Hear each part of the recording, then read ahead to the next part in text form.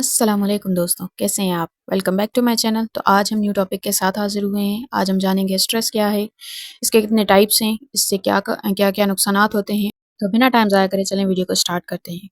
तो चलो समझते हैं स्ट्रेस होता क्या है। जब हम किसी प्रेशर, चैलेंज या चेंज का सामना करते हैं और हमारा जो नेचुरल रिएक्शन होता है वो स्ट्रेस कहलाता है। ये हमारे माइंड और बॉडी के सिग्नल होते हैं कि कुछ अलग या डिमांडिंग हो रहा है। आमतौर पर स्ट्रेस का मतलब नेगेटिव लिया जाता है, पर असल में स्ट्रेस बहुत तरह के होते हैं।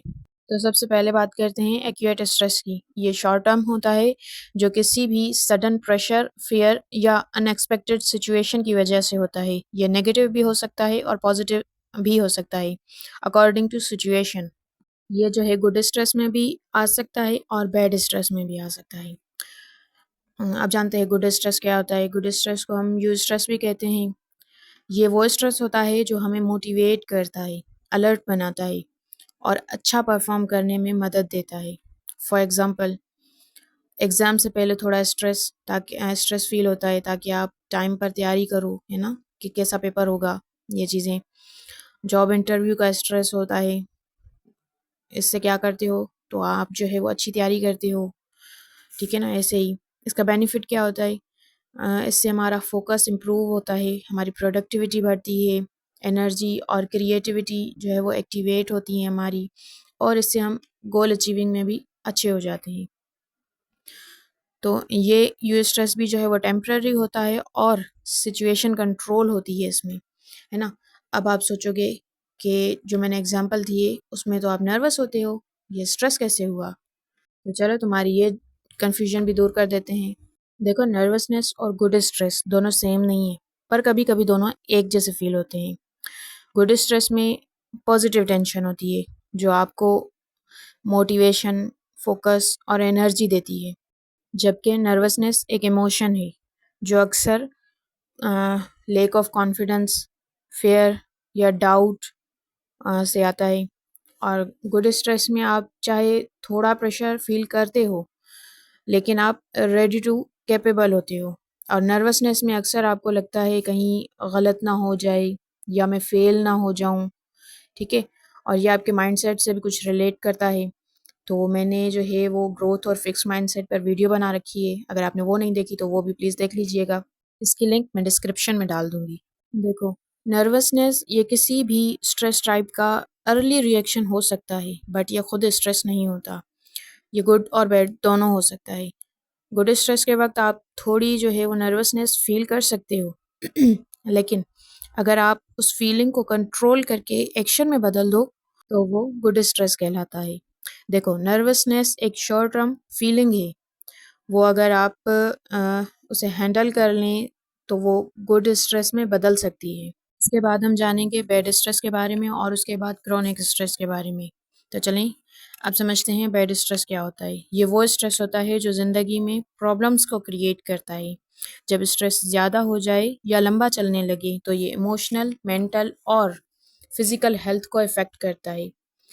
देखो, अगर बैड स्ट्रेस ज़्यादा दिन तक रहे तो क्रॉनिक स्ट्रेस बन सकता है जो हेल्थ के लिए बहुत हार्मफुल होता है। इससे हमें गुस्सा ज़्यादा आता है, हम डिप्रेशन में चले जाते हैं, हमें एंजाइटी फ़ील होती है, नींद नहीं आती, हमें डाइजेशन प्रॉब्लम्स होते हैं और हेडेक का मसला होता है। इससे हमें फ्रस्ट्रेशन फ़ील होती है और लॉस ऑफ कंसंट्रेशन जो है वो उसका मसला सामने आता है। फॉर एग्ज़ाम्पल, अगर हम बात करें, इसमें जो है वो रोज़ के कामों का प्रेशर फ़ील होता है, फैमिली प्रॉब्लम्स या रिलेशनशिप प्रॉब्लम्स आ जाती हैं इसमें, फाइनेंशियल प्रॉब्लम्स, ज़्यादा एक्सपेक्टेशंस और कम रेस्ट, सेल्फ टॉक, नेगेटिविटी, ये सारी चीज़ें जो है वो हमारी हेल्थ को डैमेज करती हैं। तो चलो अब बताती हूँ क्रॉनिक स्ट्रेस के बारे में। जब स्ट्रेस लंबे वक्त तक कंटिन्यूअसली चलता रहे, लाइक हफ्तों, महीनों या कभी-कभी सालों तक भी, तो इसे क्रॉनिक स्ट्रेस कहते हैं। यह स्ट्रेस कभी ब्रेक नहीं लेता और आपका दिमाग और जिस्म हमेशा टेंशन की हालत में रहता है। क्रॉनिक स्ट्रेस धीरे-धीरे बॉडी और माइंड दोनों को अंदर से तोड़ देता है, बिना किसी दिखाई देने वाली इंजरी के। इमेजिन करो, फॉर एग्ज़ाम्पल, ठीक है, एक माँ है जो हर दिन घर के काम, बच्चों की पढ़ाई, हस्बैंड का मूड और लिमिटेड पैसों के प्रेशर में जी रही है, कभी रिलैक्स नहीं होती। कभी खुद के लिए नहीं सोचती, हर वक्त टेंशन में रहती है। वक्त के साथ उसे जो है वो हेडेक, नींद का मसला, गुस्सा, छोटी-छोटी बात पे रोना, थकन और हेल्पलेसनेस महसूस होने लगती है। यही होता है क्रॉनिक स्ट्रेस। स्ट्रेस अगर वक्त के साथ ठीक ना हो तो वो क्रॉनिक स्ट्रेस बन जाता है। और क्रॉनिक स्ट्रेस सिर्फ एक फीलिंग नहीं, ये साइलेंट किलर बन सकता है। तो पहचानो और पहले समझो इसे। स्ट्रेस खुद में बुरा नहीं होता, लेकिन अगर इसे समझा ना जाए या कंट्रोल ना किया जाए तो वो ज़िंदगी को मुश्किल बना देता है। तो गुड स्ट्रेस को अपना दोस्त बनाओ और बैड स्ट्रेस को हैंडल करना सीखो। अब बात करते हैं इसके कॉजेज़ की। इसमें 2 तरह के फैक्टर आ जाते हैं, इंटरनल और एक्सटर्नल। इंटरनल फैक्टर्स में वो वजूहात हैं जो हमारे अंदर से आती हैं, जैसे हमारे सोचने का तरीका, इमोशंस, बिलीव्स या physical health like negative thoughts, anxiety, low self esteem. और एक्सटर्नल फैक्टर्स में वो वजूहात आ जाती हैं जो बाहर की दुनिया से आएँ, जैसे एनवायरनमेंट, लोग, daily life situations and work problem. तो अब बात करते हैं इसके इम्पैक्ट की। सबसे पहले बात करेंगे फ़िज़िकल इम्पैक्ट की। देखो, स्ट्रेस सिर्फ़ दिमाग में नहीं होता, वो आपकी बॉडी में भी दिखाई देता है। कई लोगों को ये फ़िज़िकल प्रॉब्लम के रूप में महसूस होता है। इसके जो है वो कॉमन साइन्स क्या होते हैं, इससे जो है हमें बार-बार हेडेक फ़ील होता है और हर वक़्त जो है हम थका-थका फ़ील करते हैं। नींद में प्रॉब्लम होती है, मतलब जल्दी नींद नहीं आती और या बार-बार हम उठ जाते हैं नींद से। पेट दर्द, गैस, इंडाइजेशन, मतलब पेट से रिलेटेड प्रॉब्लम्स बढ़ती हैं और हार्ट रेट तेज़ होता है हमारा, मतलब दिल की धड़कन जो है वो तेज़ होती है और टेंशन महसूस होता है। मसल और शोल्डर पेन जो है वो होता है, मतलब गर्दन और कंधों में पेन फ़ील होता है। अगर बिना वजह आपका सर दर्द करता है या नींद डिस्टर्ब है, तो शायद आप स्ट्रेस में हो। अब बात करते हैं इसके मेंटल हेल्थ पर इम्पैक्ट की। तो देखो दोस्तों, स्ट्रेस का सबसे गहरा असर होता है हमारी मेंटल हेल्थ पर। जब हम रोज़ किसी न किसी टेंशन, प्रेशर या बर्डन का सामना करते हैं, तो ये ना सिर्फ हमारे दिमाग को थका देता है, बल्कि हम अंदर से टूटने लगते हैं। देखो, स्ट्रेस की वजह से हम हर वक्त फ़िक्र में रहते हैं। छोटी-छोटी बातें भी हमें बड़ी लगती हैं। ये एंग्ज़ायटी कहलाते हैं, जिससे दिल घबराता है, नेगेटिव थॉट्स आते हैं हमें और कभी-कभी पैनिक अटैक्स भी हो सकते हैं। अगर स्ट्रेस लंबे अरसे तक रहें, तो इंसान अंदर से उदास हो जाता है। हर काम बेमज़ा लगता है, नींद डिस्टर्ब हो जाती है और ज़िंदगी बेरंग लगने लगती है।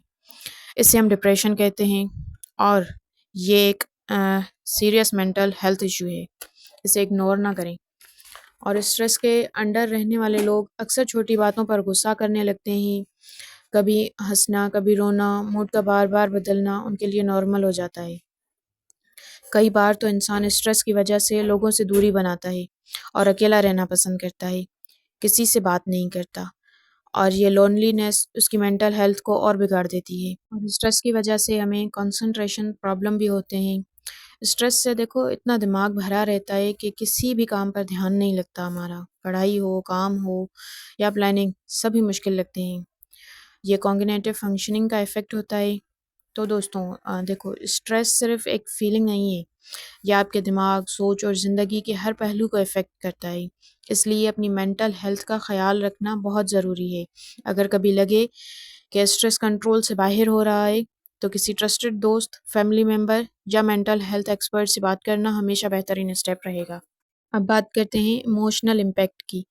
देखो, जब भी आप इमोशनली स्ट्रेस में होते हो, तो आपका मूड और फीलिंग्स बहुत क्विकली चेंज होती हैं। ये अंदर से महसूस होता है। देखो, इससे हर बात पे गुस्सा आता है, हम दूसरों से जल्दी तंग आ जाते हैं, हमें चिड़चिड़ापन महसूस होता है और हमारा दिल घबराता है, बेचैनी महसूस होती है और हर वक़्त उदास रहना, ज़िंदगी का बेमज़ा लगना और ओवरथिंक करना, ठीक है ना? नेगेटिव सोचना और ऐसा लगना कि कुछ सँभल नहीं रहा और कभी खुशी, कभी उदासी, मतलब मूड स्विंग्स। देखो, इमोशनल इम्पैक्ट या मेंटल इम्पैक्ट दोनों एक-दूसरे के साथ रिलेट करते हैं। तो गुस्से को काबू करो इससे पहले कि गुस्सा आपको काबू कर ले। अब मैं वीडियो को एंड करने लगी हूँ क्योंकि वीडियो बहुत ज़्यादा लंबी हो गई है। मिलेंगे इसके नेक्स्ट पार्ट में जिसमें हम कुछ टेक्निक्स और उस पर ओवरकम करना सीखेंगे। तो नेक्स्ट पार्ट देखना ना भूलें। तब तक के लिए अल्लाह हाफ़िज़। अपना बहुत सारा ख्याल रखिएगा।